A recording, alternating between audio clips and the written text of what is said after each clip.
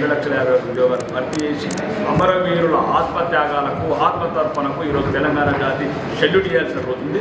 ఎవరైనా ఒక నిజాయితీలున్న ఏ నాయకుడైనా సరే, ఏ అధికారైనా సరే బహిరంగంగా సవాల్ విసురుతున్నా ప్రతిసారి బడ్జెట్ బడ్జెట్ బడ్జెట్ ఎక్కడిది బడ్జెట్? 7,50,000 కోట్లు ఎట్లా అప్పులు తెచ్చిండ్రు? మీకు ఎక్కడైతే కమిషన్లు దొరుకుతాయి, ఎక్కడెక్కడైతే 1,000 కోట్లు దోచుకోవచ్చో ఆ స్కీమ్లను ముందు ఇంప్లిమెంట్ చేస్తారా? బిడ్డలకు ఉద్యోగాలు వస్తాయి, పేద బిడ్డలకు వాళ్ళ కుటుంబాలు స్థిరపడతాయి, తెలంగాణ పల్లెలన్నీ పచ్చగుంటాయంటే ఓర్వలేని జాతి పదవులలో ఉంటే జరిగే పరిణామం ఇదే. ఈ రాష్ట్ర వ్యాప్తంగా ఉన్న ప్రతి ఒక్క రాజకీయ నాయకుడు గుర్తుపెట్టుకోవాల్సింది, ముడింది మీ రోజులు. ఎన్నొద్దు నిరుద్యోగ యువతని నిర్వీర్యం చేస్తారు, నిర్లక్ష్యం చేస్తారు. తగిన సమాధానం యువతనంతా ఒకటి చేస్తాం, నిరుద్యోగం రాష్ట్రం ఒకటి చేస్తాం.